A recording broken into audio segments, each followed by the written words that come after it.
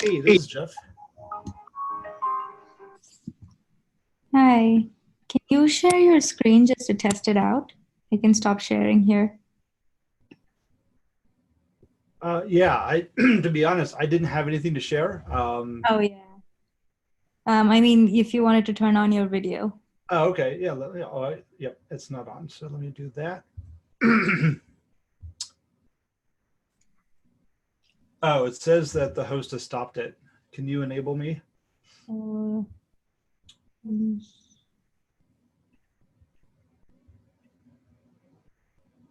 does that help? Let me try again. Yep.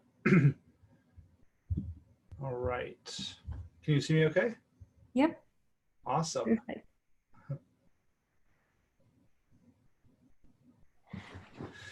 Thanks for joining us today. Yeah, this should be fun.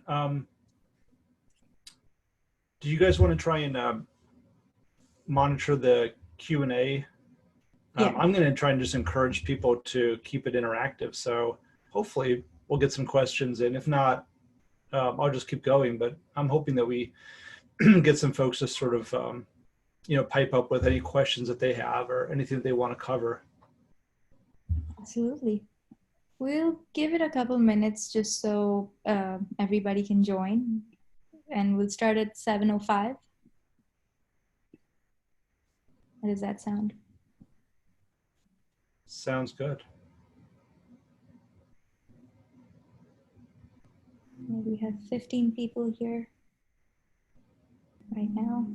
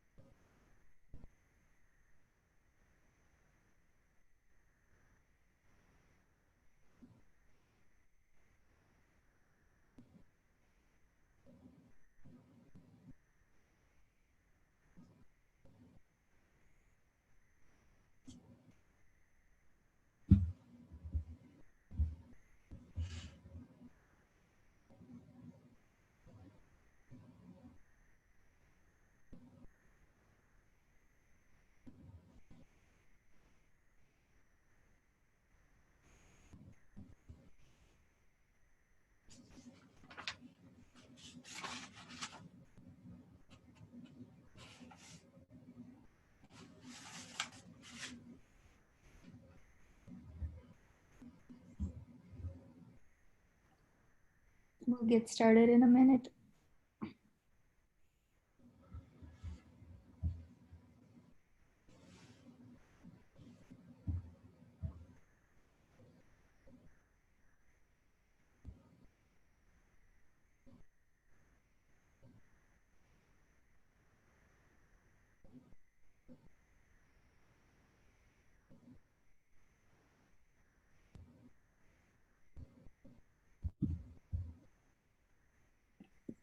All righty. Welcome, everyone. Today we have Jeffrey Groman with us, who is the founder and principal of Groman Consulting Group. And a little bit about him is that he used to be a developer, a sysadmin, network engineer, all before he got into security. And once he did, he also was into penetration testing and AppSec, forensics, incident response. So he kind of knows it all. He's done everything. And today he's here going to talk about all the different paths that are available in security and the new ones that are emerging now and how to go about it. The idea of this talk is to keep it very interactive. You guys can ask your questions and Jeffrey would answer and lead the discussion from there. So thank you so much for joining us, Jeffrey, and thank you for our audience to be here. And I'm going to give it to you then. Awesome. Thank you so much for that kind introduction. Hopefully I can, sort of live up to all of those accolades that that you provided. So yeah, I definitely want to keep this interactive. I don't have a slide deck. I'm not a big fan of slides. I'd rather just sort of talk about things and, and really sort of get your feedback as well. I want to make sure that I don't just drone on for an hour about something that isn't all that interesting. I'd rather sort of hear your questions, your thoughts, the things that you're curious about, any observations, throw them into the Q&A. I can see that. Let's try to maybe sort of keep it just in the Q&A and not in the chat so that I can just sort of keep an eye on one panel and not have to look around. Just I guess a quick intro. Yeah, I mean, my background is pretty varied. I started at a time around 99, 2000, a time when security wasn't as formalized, at least the practices, that the roles that we have today weren't as formal as they are today. We didn't have all the specialties. When I got started, I was a network manager, sort of managing a computer network, which involved at that time, it meant managing firewalls, it meant managing IDS in those days, which was pretty nascent. It was a couple of snort sensors that we had. And that was really security in those days. It was really network security. That's what we called it. That's where the attack vectors were coming from. And that's what we had to be focused on. As things evolved, and network security became something that was something that we sort of were able to get our arms around. Although today, I mean, we still run into network security issues of things that aren't patched and out of date software, end of life software, that sort of thing. So it's not, unfortunately, it's not quite as in the past as it should be. But even so, the threat vectors from there really got into the application space, and I got into penetration testing and application security testing, and really working with developers to develop more robust software from a software defect or from a security defect standpoint. So I spent a lot of time with those folks. I have done a lot of forensic investigation work, that sort of thing. And, I think what's also from my background that's important is that I've seen it from the inside. I've seen it from the outside as a consultant. And today I see it as a business owner trying to grow a business and really looking at our market, trying to do that from that sort of vantage point of where's the market going overall. So that's a little bit about me. What I'd like to do, just to sort of get things started, is let's try to sort of get on the same page, and you'll see what I mean in a moment. So I want to sort of run you through an exercise. I'd love to sort of get that feedback. So I don't know if you could, like raise hands or just sort of say, hey, got it, we're with you, that sort of thing. But I'd love to just sort of, make sure that we're on the same page through this little exercise. So let's start by just talking about cybersecurity and what that really means, what that term really means. I think we all understand, at least I hope that we all understand, that cybersecurity is really just a term for risk, right? Security, when we talk about security, we're really talking about risk. And specifically, what does risk mean? Risk means that there's probabilities involved, right? We talk about it all the time, that the severity of a risk is basically going to be your likelihood times your impact, right? The likelihood that something is going to happen, and then, you know, the impact of it sort of multiplies that. Is everybody's heard that term or seen that equation before? Hopefully that's awesome. I see some hands raised. Loving it. Okay, awesome. Thank you. I really do appreciate this. You guys can see me, I can't see you. So I really do appreciate the hands raised and sort of the, you know, even just popping in a yes to the Q&A. That's helpful. Okay. So, you know, and where this risk comes from, I think we all understand, it's vulnerabilities and exposures. Okay, so likelihood times impact, right?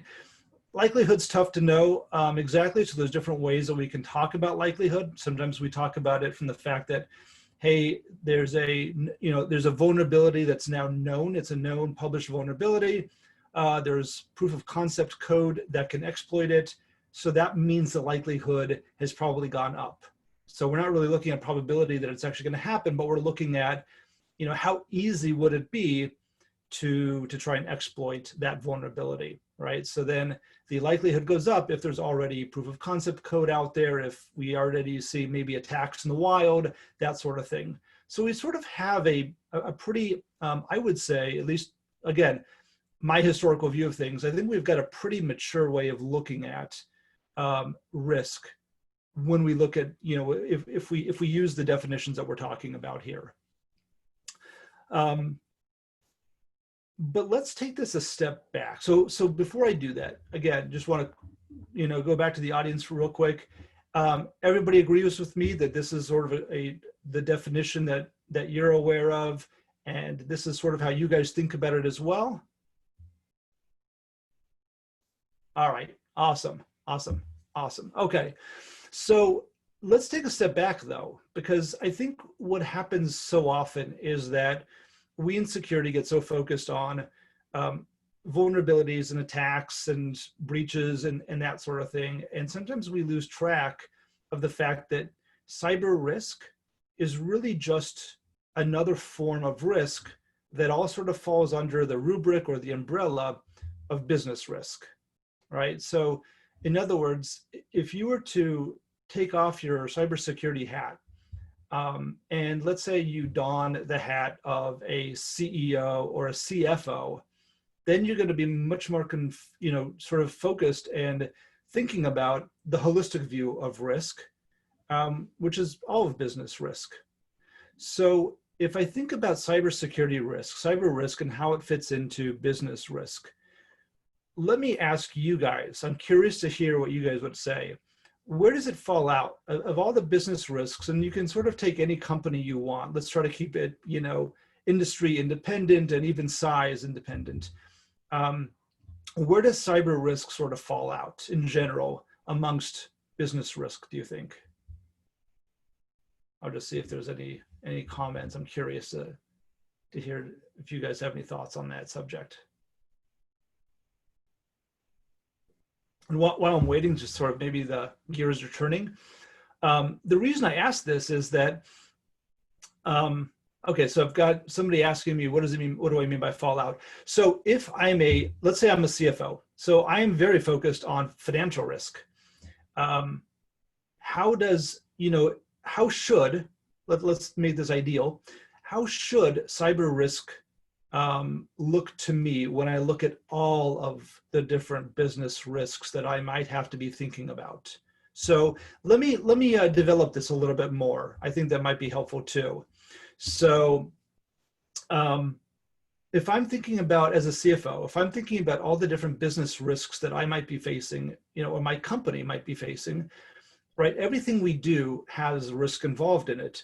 Let's say we're going to try and penetrate a new market. We're going to try a new marketing campaign. We're going to invest in a new product or a new service. All of those are risks. We're going to hire more people. We're going to open a new office. Whatever it is that the business is doing, sort of the strategy of the business involves risk. You can't really run a business and do it risk-free. So I'll sort of just revisiting that question. So if I think about cyber risk, where do you think it falls out amongst all these other risks that the CFO or a CEO is thinking about?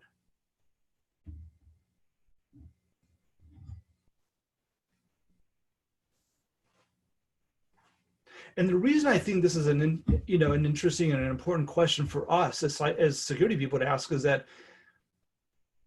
if we, it's common, something that I see commonly talked about.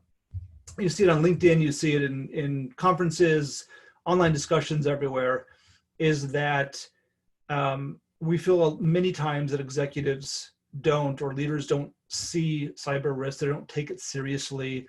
They're not investing enough in it. I hear people talk about, why doesn't the CISO have a place at the table, right? Why isn't the CISO reporting directly to a CEO? Why isn't he or she, in the boardroom, or at least at the executive table? And I think this is an important, discussion to have that sort of puts things in perspective a little bit.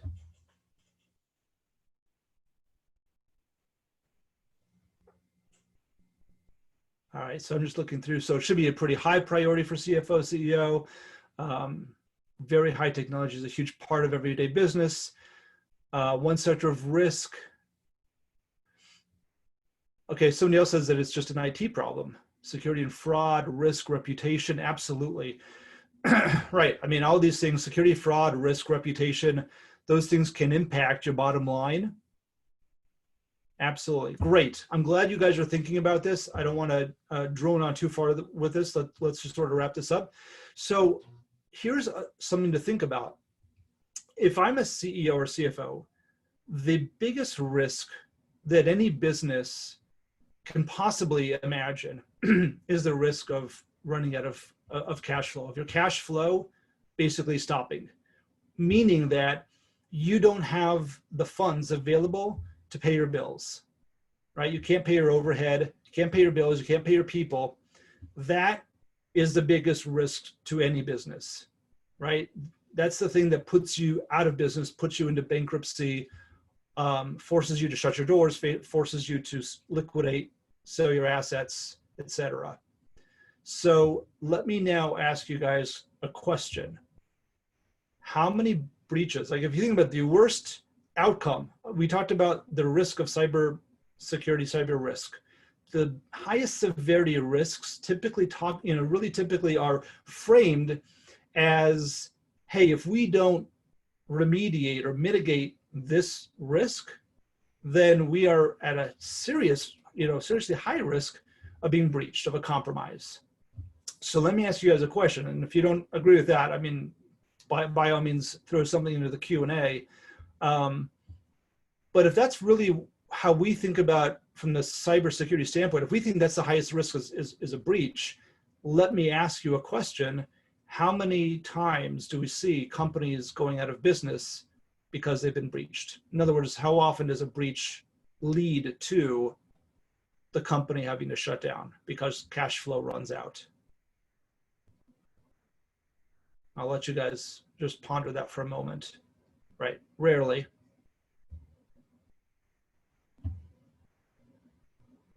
Yeah, I think you guys are starting to catch on. So it's not, I mean, it's certainly something that can happen. We've seen ransomware attacks that have put companies out of business, especially small businesses. Like that can really, all of a sudden, if all of your assets, your digital assets, your machines are all tied up with ransomware, you can't pay the ransom and you can't pull in revenue because your machines are locked up. We have seen that. So I don't want to say it never happens, but when we think about the big companies, you think about the Target breach from 2015 or whatever that was, they emerged probably a stronger company, after the fact. 5 years later, they're certainly a stronger company than they were before the breach. And that's not uncommon. So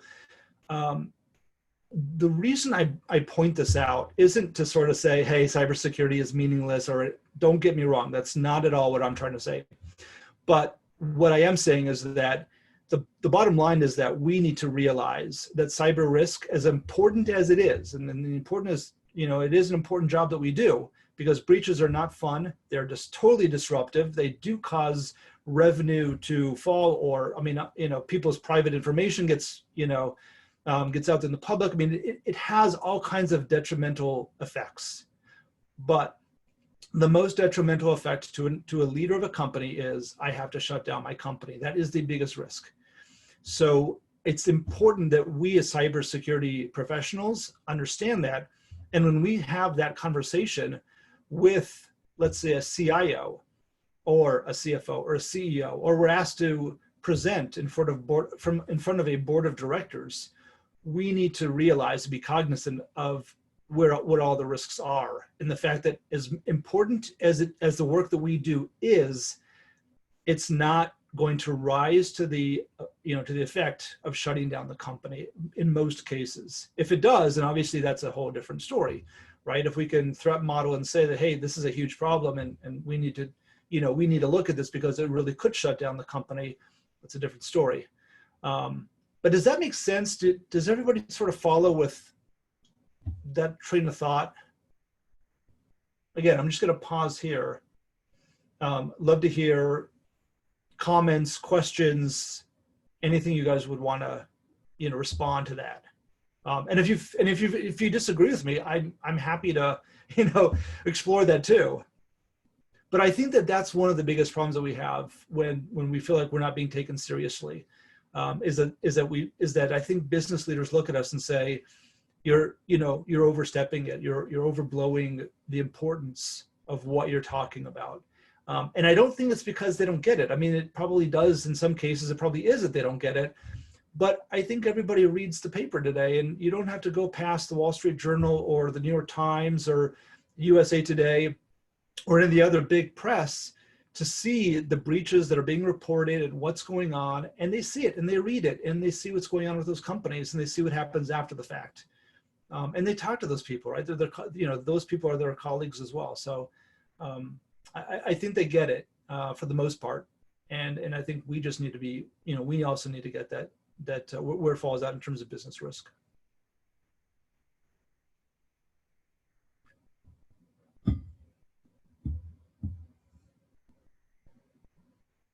Yeah, Tony brings up a point. IT projects sometimes end up having much higher costs because security is over implemented. Absolutely. And that's part of the problem is that, if we start to put together, hey, our security solution, and it's like, orders of magnitude higher than what either the revenue that's going to be brought in or the cost of the project in general, like anybody with any sense has got to look at that and say, why are we spending that much money? And sometimes it might make sense to do so, but not always. Yeah, I think I've seen a couple of points that, again, over engineering or over securing is certainly a problem. And we really lose a lot of credibility when we as security people are sort of going out there and saying, hey, let's architect the best, the most secure, using the what we think are the best products out there, et cetera.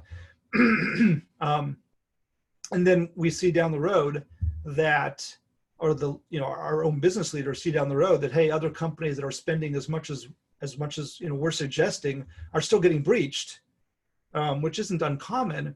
They start to look at it and say, why am I spending this much money? You're going to get breached anyway. And again, you got to look at it as the whole risk. And if the risk is still there, even after I spend millions of dollars, someone's got to take a look at that and say, wait a second here, does that even make sense? So I think this is a great sort of jumping off point now to look at where is security going. So what do we do if this is the case? And here's maybe the problem. Let's paint the picture a little bit more, with a little bit more detail. So on the one hand, we understand where this fits with business risk. We know that what we do is important. It still has a place. We're not saying it doesn't. On the other hand, we also realize that there are so many security products that we can invest in that help us with identity and access management that help with, the basics like things like network security, that give us visibility when we think about how much money we might pump into like a SIM product or an EDR. Right? We're talking every time we look at one of those products, we're talking about big price tags, and it just adds up. And there are so many of these products that are sort of focused on so many different specialties within cybersecurity. What do we do? Like on the one hand, we feel like, hey, it's important.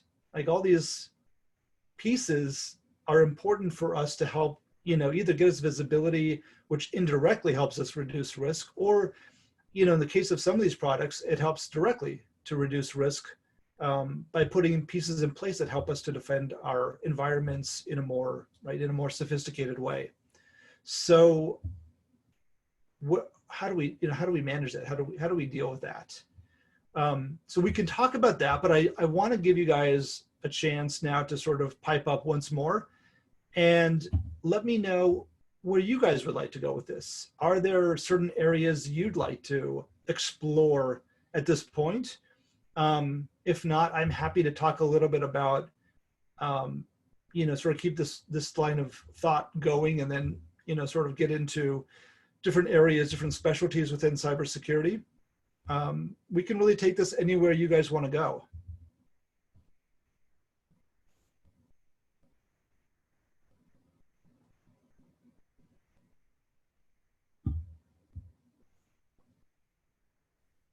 So we have a question in the chat by Percy.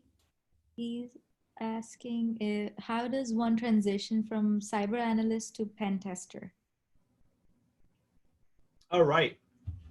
Good question. So let's get into that. Why don't we get into some of the specialties, and we can start there.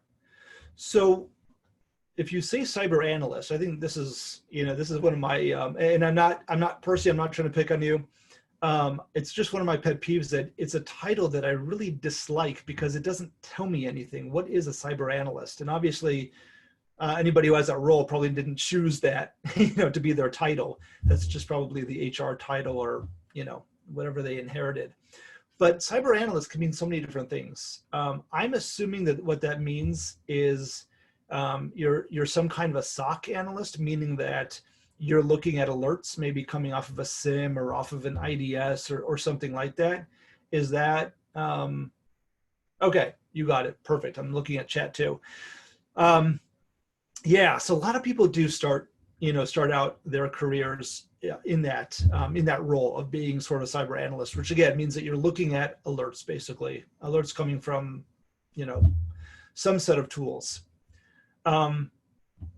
To move from there into anything else, what typically happens, and I don't want to say this happens everywhere, because I've seen so many different environments, meaning companies with a security team, and they're all, I shouldn't say they're all set up differently, but there's different ways that companies will set up their teams. So I don't want to come off sounding too rigid about what this what this looks like or how to sort of move around.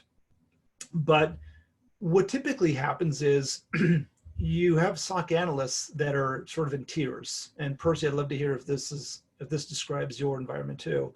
But you usually have tiers. Like a tier 1 analyst is somebody who's getting the first alert and triaging it and trying to figure out, hey, is it false positive? Is it a true positive?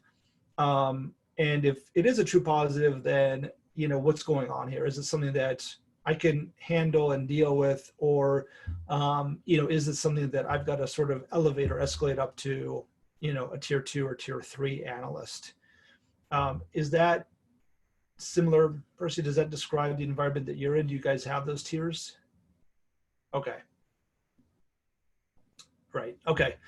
Yeah. And the titles, yeah, they really do vary. So that's a pretty common sort of thing.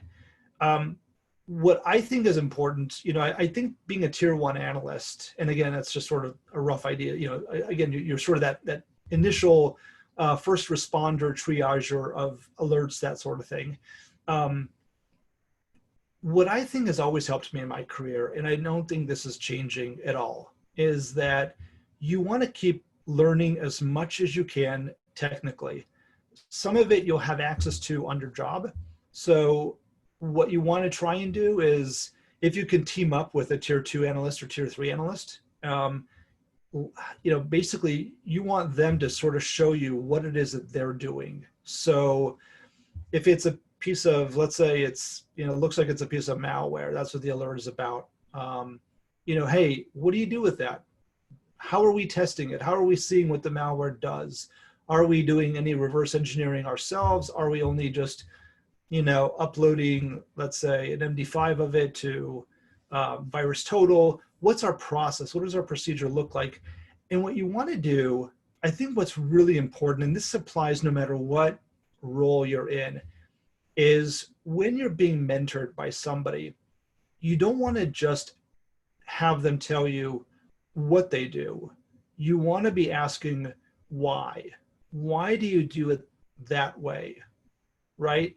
You want to understand the thought process behind it. The more of that you can learn, the more you really grow into that role. And not even in the role, you just grow, you just learn more.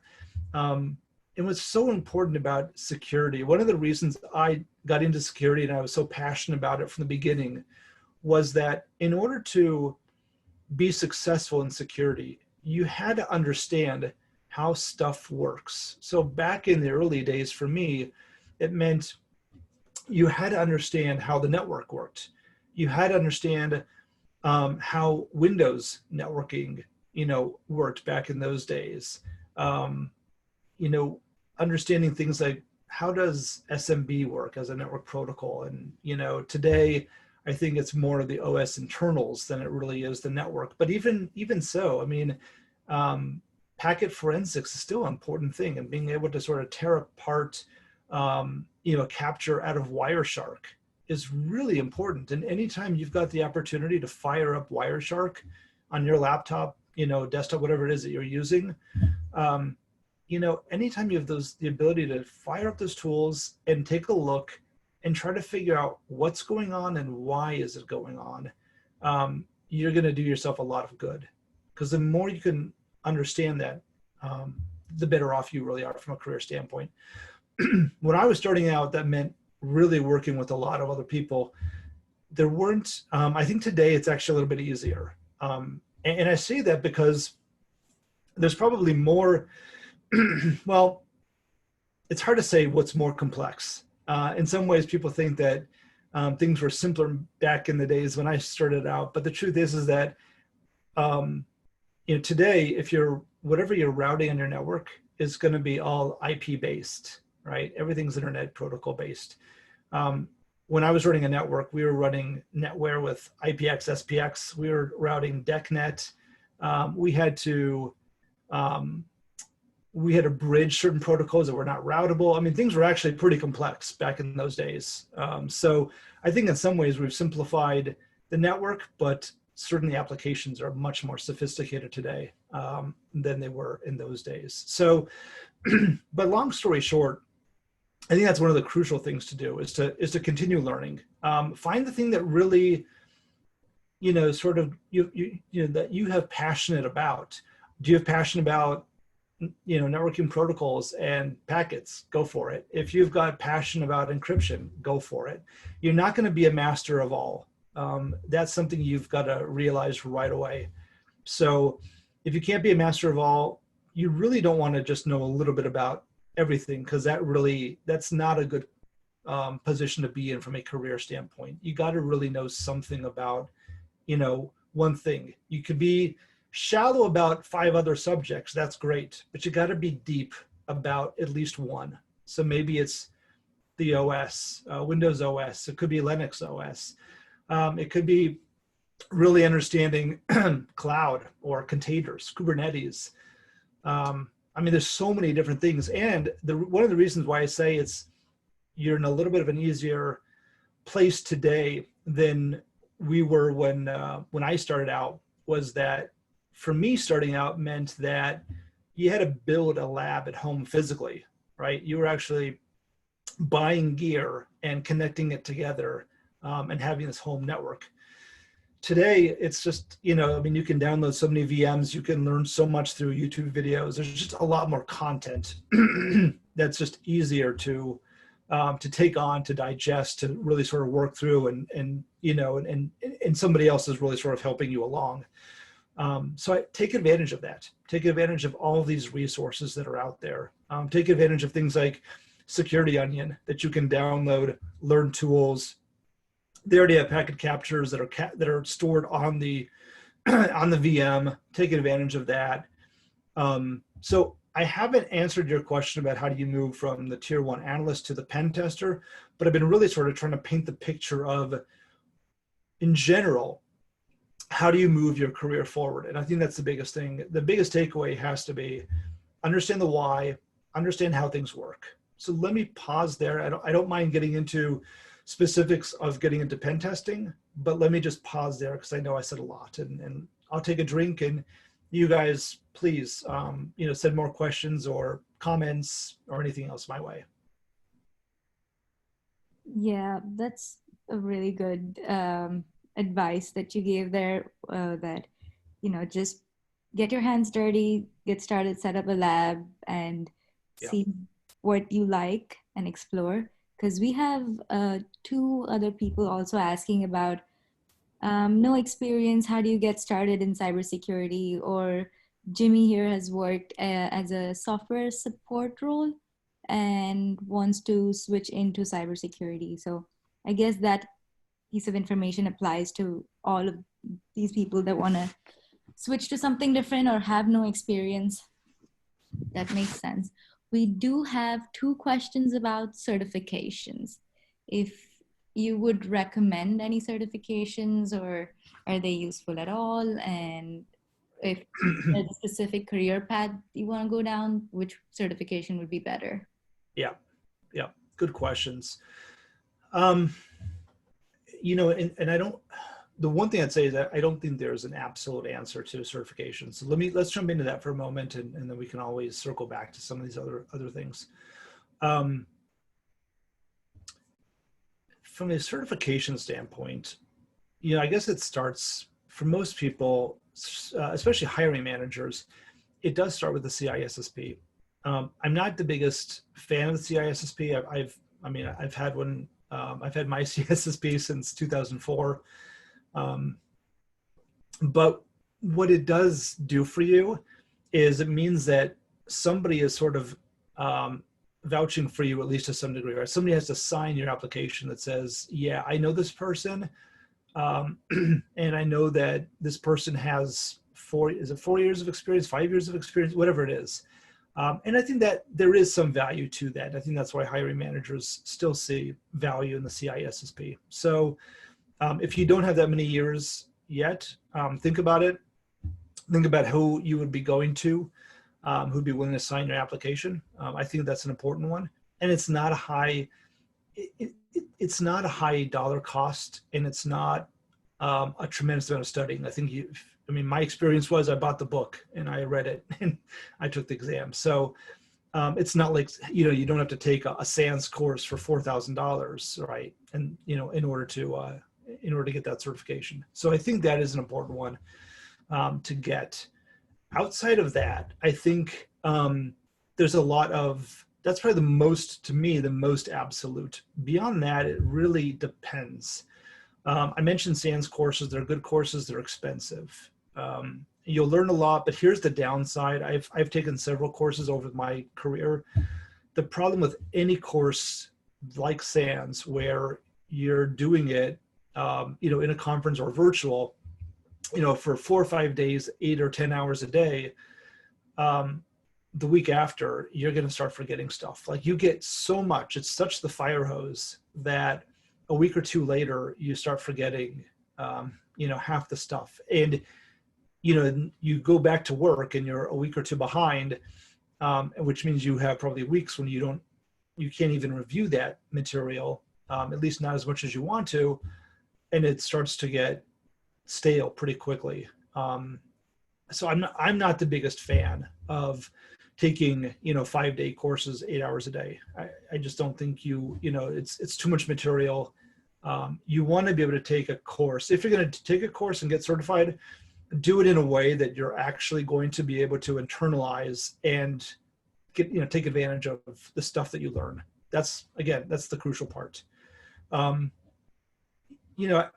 Another thing to think about from a certification standpoint is if there's an area that you are passionate about, and that you have the opportunity to really learn about. So let's say, I'm just going to throw some examples out there. Let's say you are a Palo Alto engineer, or that's part of your job is to manage those things. Get certified. Why not? It's just something that if that means that you'll learn that product even better, if it doesn't mean it, I wouldn't do it. But if it means that you're going to learn that product set even more, and if it's a product set that, a lot of companies are using, go for it. Why not? I think that's valuable. Another example would be like AWS certification. I think that could be very valuable too.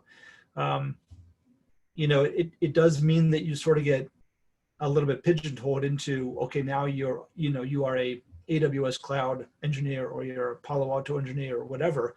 But I don't think that's necessarily a bad thing either. So I think those can have value. Again, it depends. If you have zero interest in that, don't do it.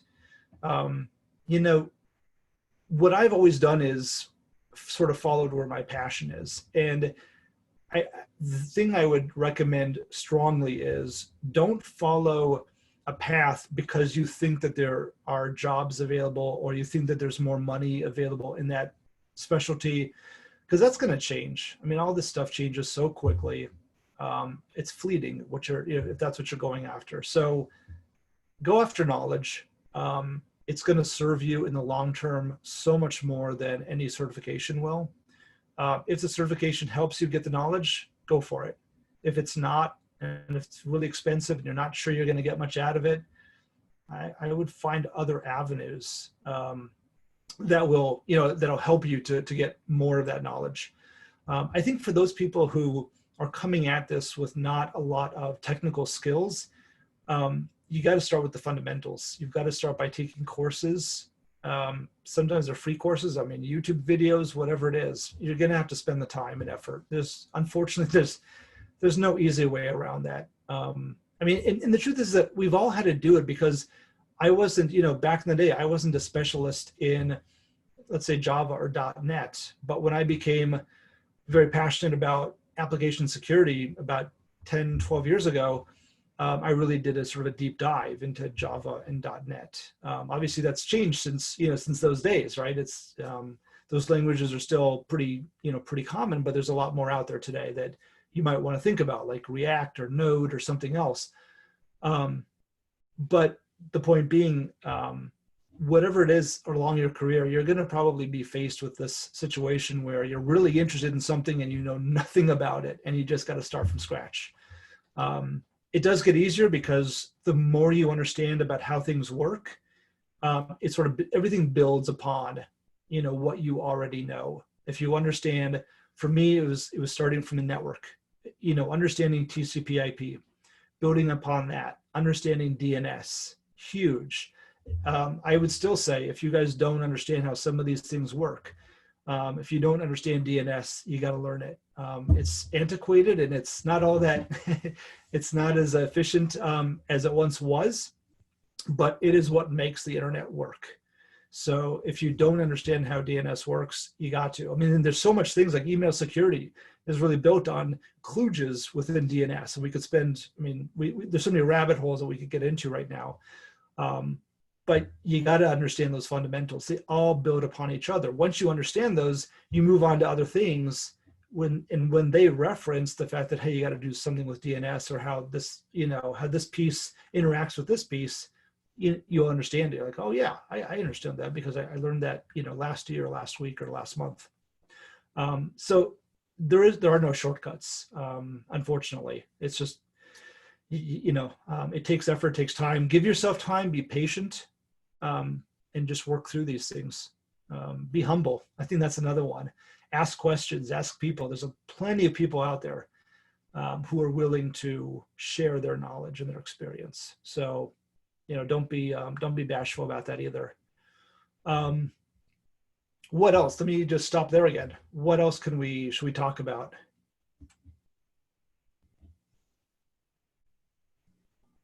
So Greg has asked, cybersecurity is a pretty broad domain. Maybe you could mention the high-level paths one might pursue for Okay. specialization, assuming specialization is a good thing. Yeah, let's do that. So, I guess at a high level, what we're hearing a lot of people talk about today is, red team, blue team, purple team. Let's talk about that a little bit because that seems to be on everybody's minds these days. So back in the day, it was really, the pen testers, and it was really your SOC analysts. Today, we're just giving them different titles, but there is more significance to it. I don't want to sort of gloss over that. But what we used to just call as pen testers and SOC analysts are today your red teamers versus your blue teamers. So your red teamers are the offensive people trying to hack in, and the blue teamers are the ones who are trying to defend your network, right? So what does that mean, and why are we using this new language? It really comes from the military, but why are we using it if it's really just some of the same old stuff? And the truth is it's not. So what a pen test is today, and it really has been, I don't think it's really changed, but a pen test really means that a company, let's just, to keep things simple, let's say you're going to hire a pen test company, to come in and run a pen test for you. Let's just use that scenario and let's talk about what that means. So what that usually means is that the company who's hiring the firm to run the pen test is basically handing them a set of IP networks that they want to go and test, or they want to have tested. And what usually happens with a pen test is there's a lot of guardrails. So the pen testers might go after it and say, okay, let's run some automated scans. Let's see what those results come back. And then we'll see if we can do some manual testing to sort of go above and beyond. And that, in a nutshell, is what a penetration test is today.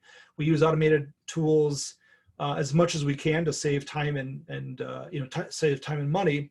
So we're talking about a Qualys or a Nessus or something like that, Rapid7. Taking those results, verifying them manually, looking, hey, is there something else that I can do, on top of this? Like, let's look at what this stuff shows me. What else can I do? So that really is penetration testing. I mean, there's usually a lot of guardrails around it. There's usually a lot of like, okay, well, I found this vulnerability. It looks pretty severe. Can I try and test it? Yes or no? And, you sort of have to get that permission. And there's a lot of this sort of give and take, usually with pen tests. Pen tests are still very common. Many compliance requirements like PCI and HIPAA and others, if they don't specifically say you have to pen test, they allude to that fact. So there's still a lot of pen testing going on. There's also application pen tests. So, hey, can you pen test my web application, right? So I'll give you a dummy login, and you'll log into my web application, and you'll do some testing, and you'll see if you can, do something. Can you break in? Can you, get root on the underlying server? Can you get to the database? Can you attack another user on that? So that is another type of penetration test. What red teaming is it's really a different paradigm altogether. With the red team, at least, and I'll pause here for a moment and say, not everyone defines these activities in the way that I'm defining them. I'm defining them in the way that I think is sort of the textbook or the dictionary, but that doesn't mean that that's how every company is going to apply the terms. So please, bear that in mind, that people might call a pen test a red team, and it really isn't, but they might use that term. A red team is really, sort of carte blanche, sort of, hey, go be an attacker and do what you want. Run a phishing exercise against us. And if you can get one of our people to open your email or browse to your website, and you get them, and you get us to install your implant, which is basically not, I wouldn't call it malware, but it acts like malware would act. If you can get people to do that, great. And then tell me how far you get. Are you able to move laterally into my network? Are you able to, maybe we'll even sort of set up a sort of a faux exfiltration of data, right? We don't want you to get our data and exfiltrate it, but just sort of take a text file and exfiltrate it and see if the firewall stops you or if the DLP stops you or something like that. So that's a red team, right? A red team means it's carte blanche. It means have at it. No one on my side, if I'm the CISO, nobody on my side is going to know what's happening. I sign the SOW and you guys go at it and do it. But that's really what we're talking about with the offensive side.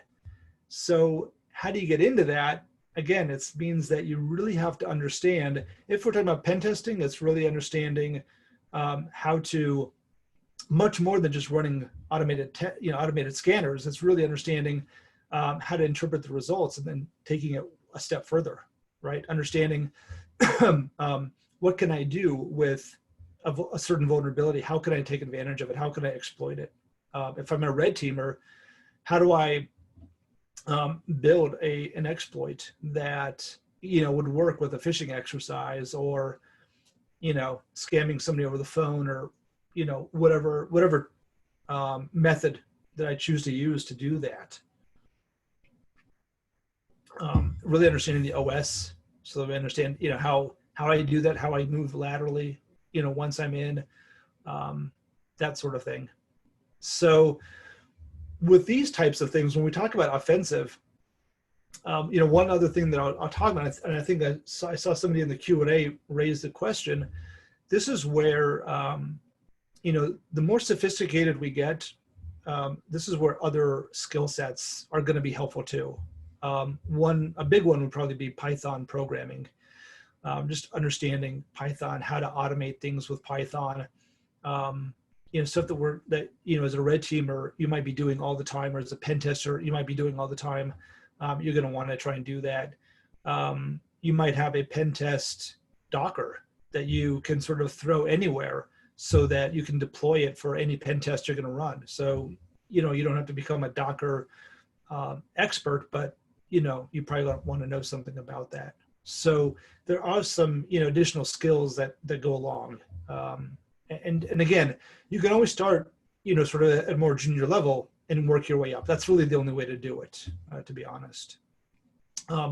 Let's go to the flip side and talk about blue team for a moment. So we talked about what the red teamers are doing, the offensive folks are doing. And again, I would lump pen testing into that. It's still pretty common today.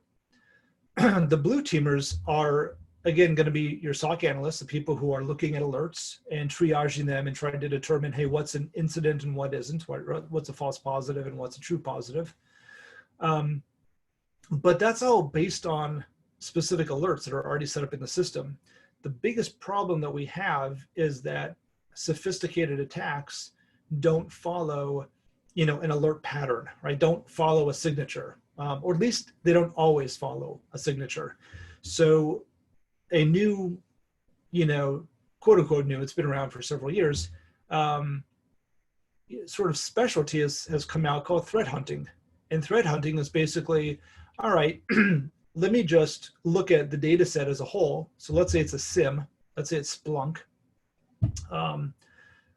Let me look at that data set as a whole, and let me start to search for something that, I think an attacker might be doing. So we call it a hypothesis. I come up with a hypothesis that I think we're already compromised, and an attacker is trying to move laterally through my environment. So I'm going to say, I bet they're using RDP. I'm just throwing some stuff out there, just give you guys a scenario. So I'm going to I'm just going to start doing some searches within my data set, within my SIM, and say, hey, are we seeing any RDP traffic out there? It helps to know my environment. So if I know my IT people don't ever use RDP and I see RDP, that's going to be something significant to me. Or if I only see RDP on 1 or 2 machines, that's going to be significant. If I see it on hundreds or thousands, not so significant. So there's this whole specialty that's come up called threat hunting. We used to just call it your tier 3 analysts. That's what they would do. They would sort of look through the data set looking for, how do I build new SIM alerts or SIM use cases, we used to call them. today we've, it's just formalized it into something called threat hunting, but it's basically the same idea. It's basically, how do I come up with new alerts so that if I can go through a threat hunting exercise and I'm successful, I will turn that threat hunting exercise into an alert or into something I can automate so that my tier 3 people can now do something new, right? A different hypothesis, a different threat hunt, and they don't have to repeat the same thing every week or every month or something like that. And that's really sort of the blue team. Now, the purple team is, let's get the red teamers and the blue teamers together and say, okay, the red teamer is going to say, you know what, I had this really cool technique for initial compromise or for, and by the way, the terminology I'm using is all part of the cyber kill chain. Google it if you guys aren't familiar with it. Definitely take a look at it. Actually, don't just Google it. Go to the MITRE ATT&CK framework. If you guys haven't studied MITRE ATT&CK, you got to do that. It's so much great information.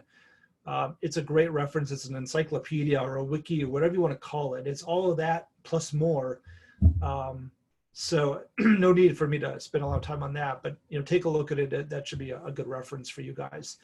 But use that as sort of, they have their own version basically of the kill chain and the columns that go across the attack matrix. So the red team will come and say, hey, I've got this really cool technique that I'm using. It's been successful. Hey, blue team, can you detect it? And if the answer is no, then they build a new detection to do that. So that's the purple team. That's the red team and the blue team working together. That's basically what that means. Okay, let me pause there again, take a drink of water, and you guys throw out any more questions. Hopefully we covered offensive and defensive a little bit better, but let me pause there.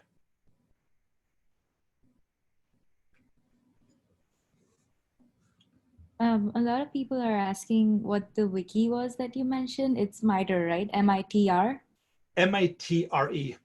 I'm sorry. Yeah, I missed Yeah. Yeah, the MITRE ATT&CK framework. There's actually, they have videos. There's an attack con.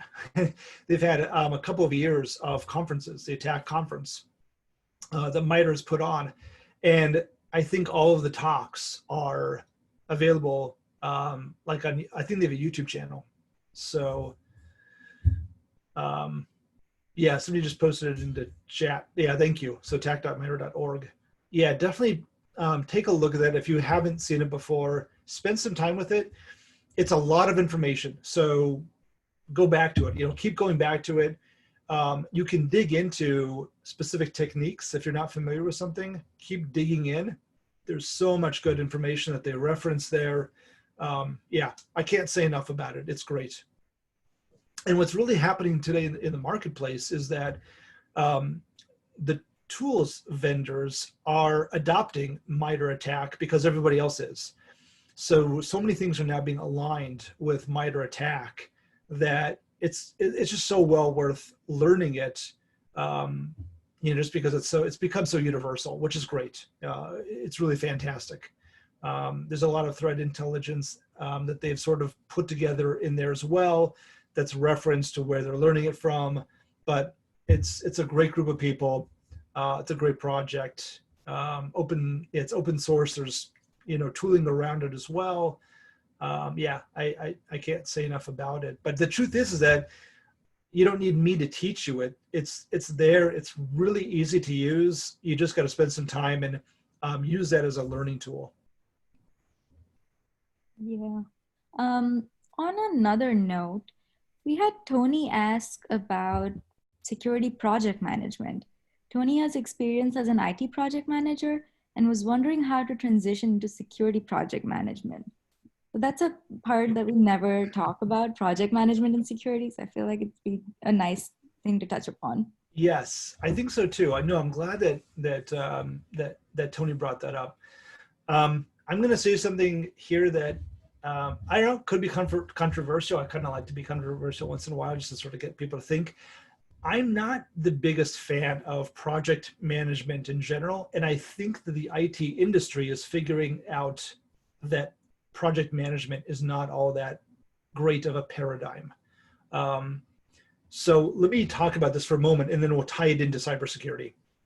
So, back in the day, project management was everything, right? Everything in IT had to be project managed. And if anybody's been through the process, and I'm sure Tony, I'm sure you'll probably be, agreeing with a lot of what I'm saying, if not everything, but probably not everything. But you think about it, that you start out with a formal process of, hey, let's get all the requirements down. And then we're going to basically force everybody to say, how much time is it going to take for you to do this and to design things in the beginning, right? And let's face it, all the risk is at the beginning of the project because we don't know everything yet. We haven't done the project yet. So we don't really know. We think we know what some of the requirements are, and maybe we do, but we probably don't have all of them. We probably don't have them all right. And what's probably going to happen is halfway through the project, the business owner, whoever we're doing the project for, is going to say, you know what? We need to change things because we thought that was the right way of doing things, but it's not. So we got to change things, right? And everybody hates that because it's scope creep and everything else. But it's reality. It's reality in that anytime you're doing something new, you don't know what you don't know. And that's really the problem with the paradigm of project management. So why am I bringing all that up? What's interesting to me is that IT has really moved into the agile development mentality, but it's way beyond development. Agile is not just about, doing XP or running Scrum or, doing 4-week sprints or something like that. All the stuff that you guys are, user stories, everything you guys have, probably heard about or seen or, lived through or whatever. Agile is really about learning. It's about, hey, how do we chunk things off into really small pieces that we know we can be successful at, and just iterate until we start to build something. And that's really the antithesis of project management. I mean, right? It's taking things down to a very small piece, to the smallest discrete component I can get, building it, and then building the next thing. And I think that, security typically lags behind IT. We sort of learn from IT, and we sort of have to figure out, hey, where's IT going? Because that's where the new attack surface is coming from, right? So we're always lagging behind IT. And I think in this field of IT project management, I think we're lagging there too. But I think we're going to get there as well, where I really believe that project management is probably a paradigm that is going to be left behind. Because we all know it doesn't work all that well. There's always scope creep. We never meet the date. The biggest thing the biggest success of project management is being on time and on budget, but that doesn't mean that you've actually successfully delivered what it was you were supposed to deliver. So the whole paradigm is really sort of broken. So anybody who's in project management today, I would actually suggest looking at Agile, looking at where things are going, and you don't have to look far, because if you look at all the high-tech companies, they're already doing it, and they've been doing it for years and years.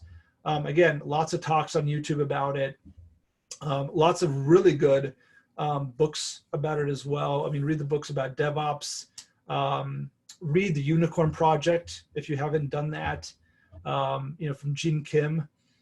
Unicorn Project is all about agile and putting in place an agile culture, and that's really where IT is going. And I think security it has to be right behind it, because we're in the same place. That you can't. We need to be iterative too. We need to be thinking about, okay, how do I build things in pieces? So I think if you've got, Tony, I love that comment. You've just been working with bad PMs. Yeah, it could be. I mean, I don't want to get into, it's not worth really sort of, fighting this battle, because I think it's already been fought. I think this is where things are going.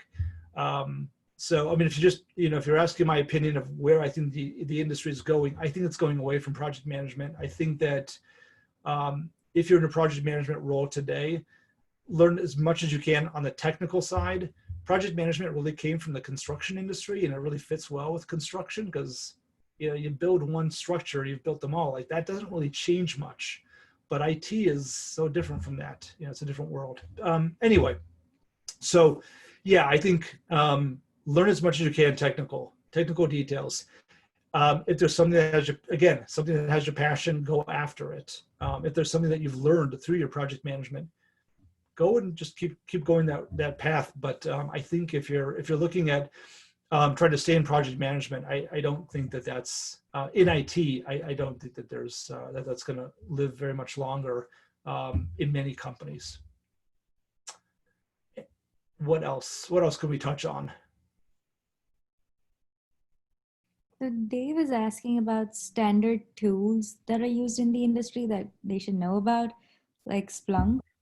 And while you were talking about high-tech companies, Jimmy also spoke about Microsoft posting an article to help out millions of job seekers. And one of the paths they mentioned is a data analyst. And Jimmy was wondering how data analyst correlates with cybersecurity. Yep. Great question. I mean, those are great questions. So industry tools, let's start there and then we'll talk about data analyst. Industry tools, there are industry tools. Splunk is a good example. There's a lot of businesses, a lot of companies who have built their SIM. Is everybody familiar with SIM? Let's just pause there. Should I spend a few minutes talking about what a SIM is, or does everybody sort of understand when I use that term?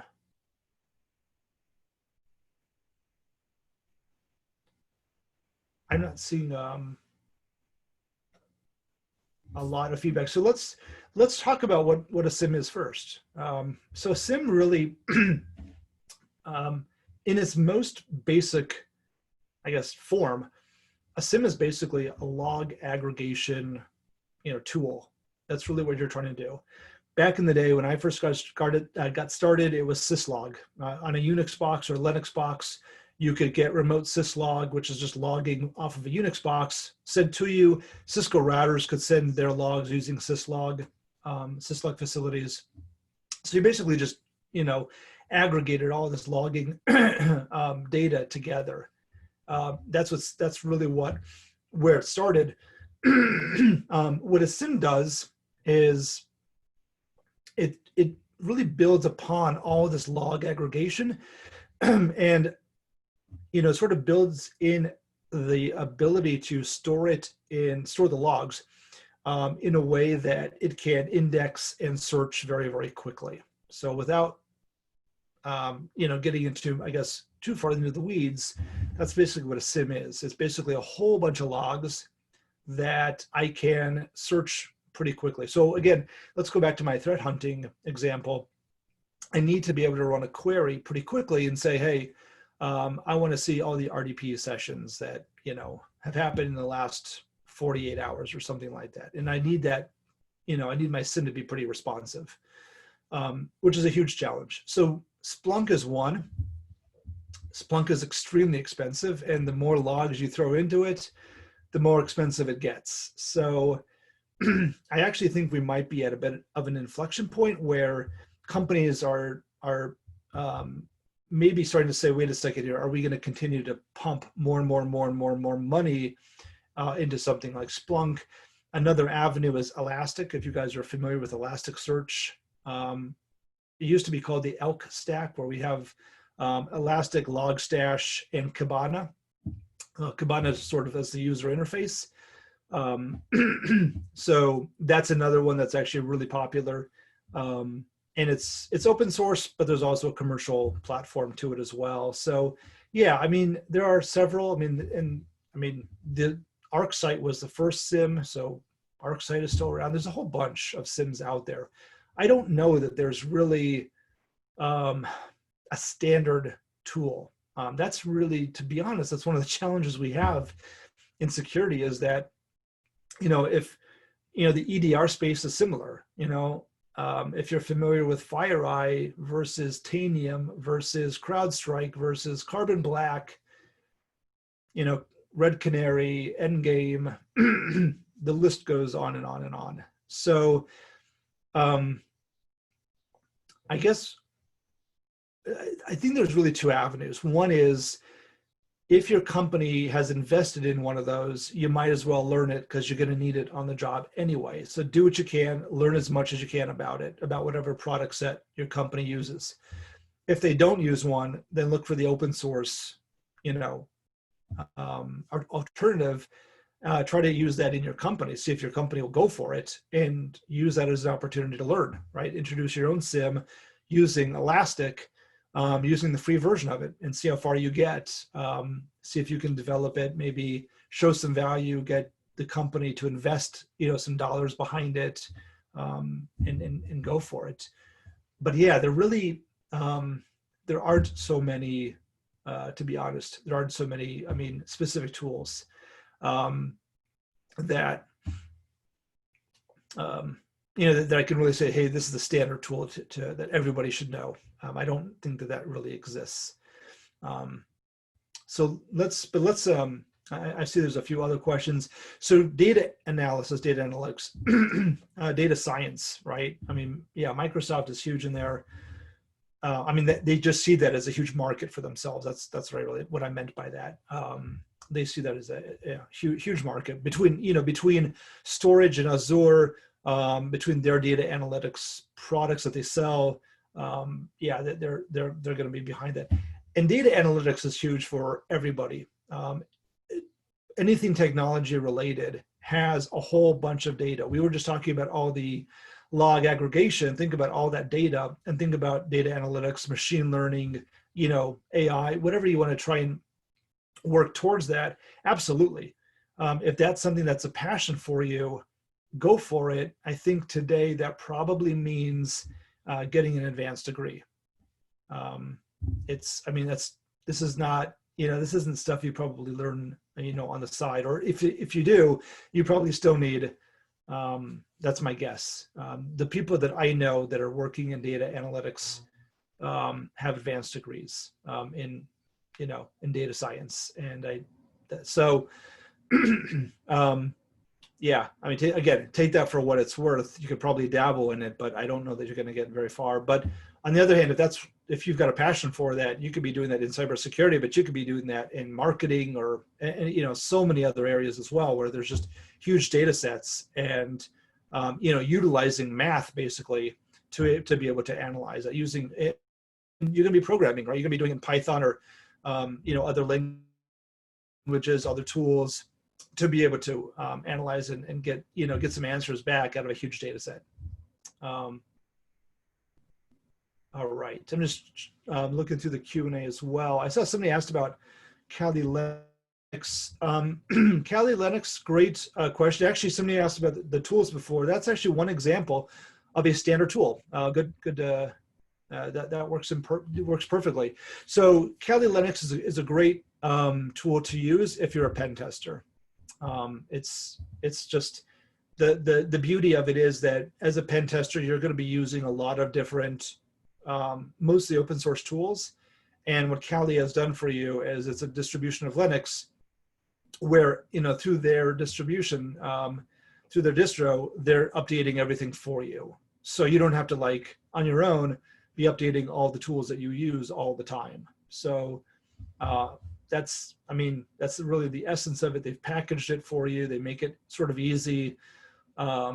You basically put it into, like I say, I think pen testers I work with a lot like to just throw Kali into a Docker. It's there, it's immutable. You can use it, and it's, whenever you've got a new pen test to run, you just fire up the Docker and the container for it, and away you go. So yeah, if you want to go into pen testing, definitely learn Kali. There's not much to learning Kali. It's really just it's a toolbox. It's really learning all the tools, what's in there, using the tools, understanding how to run a pen test. Kali is basically just a toolbox. There really isn't much to learn of Kali itself, if that makes sense.